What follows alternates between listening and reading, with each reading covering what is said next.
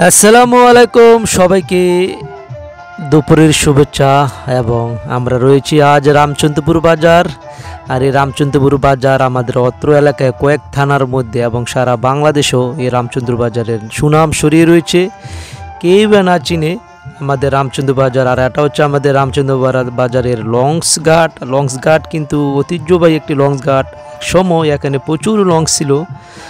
আজ সাপ্তাহিক হাট মঙ্গলবার, দেখুন দশম রোজাতে কত শত শত হাজার হাজার মানুষ কেনা বেচাকিটা করতেছে। এক হচ্ছে রোজা, আর হচ্ছে ঈদের বাজার আমার মনে হয় এত আগে। আর এই যে দেখতে পাচ্ছেন রাজু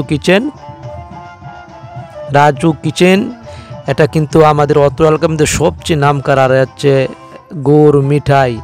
আসলে এই বাজারের ঐতিহ্য এতটা গলি আছে আমি নিজেও বলতে পারবো না। আমি কয়েকবার গণেছি, 1 2 3 4 5 6 7 8 10 20 পর্যন্ত গিয়েছি। তারপরে আমি গণনা ভুল করে ফেলেছি, কারণ এই বাজারে এতটি গলি মানে বলার বাহিরে। পেঁয়াজের গলি, লবণের গলি, গুড়ের গলি, মাছের গলি, তরকারির একটা গলি, কামারপট্টি এবং বিভিন্ন মুদিমালের গলি, স্টেশনারি মালের গলি, মানে গলি এত গলি বলার বাইরে। কারণ বড় বাজার, ঐতিহ্যবাহী 200 বছরের ঐতিহ্যবাহী একটি বাজার রামচন্দ্রপুর বাজার। রামচন্দ্র বাজার চিনে না এমন কোনো মানুষ নেই আমার জানা মতে, আমার মনে হয়।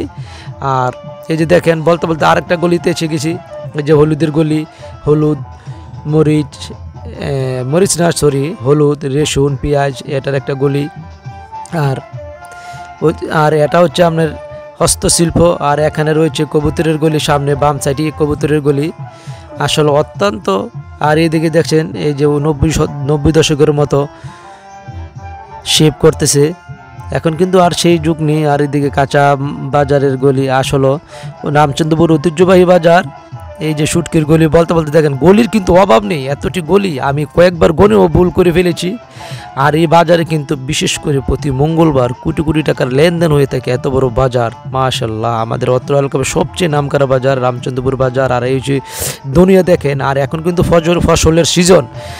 দুনিয়া মনে কোটি কোটি কোটি কোটি টন এখান থেকে প্রতি সপ্তাহ দুনিয়া নিয়ে যায়।